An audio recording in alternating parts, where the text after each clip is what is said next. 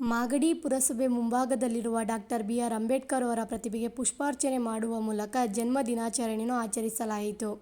ಮುಂದುವರೆದಂತೆ ಅಂಬೇಡ್ಕರ್ ಭವನದಲ್ಲಿ ಕಾರ್ಯಕ್ರಮವನ್ನು ಆಯೋಜಿಸಲಾಗಿತ್ತು.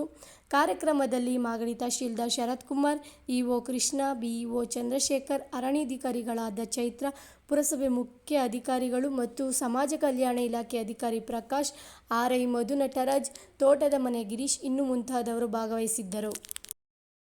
ರಾಷ್ಟ್ರ ಸಂವಿಧಾನಕ್ಕೆ ನೀನೆ ಶಿಲ್ಪಿಯು, ನೀನೆ ಕಲಿಸಿಕೊಟ್ಟೆ ಸಮಾನತೆಯನ್ನು. ನಿನ್ನ ಲೇಖನಿಯ ಬರಹ ದೇಶ ಖರ್ಚನೆ, ಒಂದು ಮಾತು ಕೂಡ ಭೀಮ ಗರ್ಜನೆ.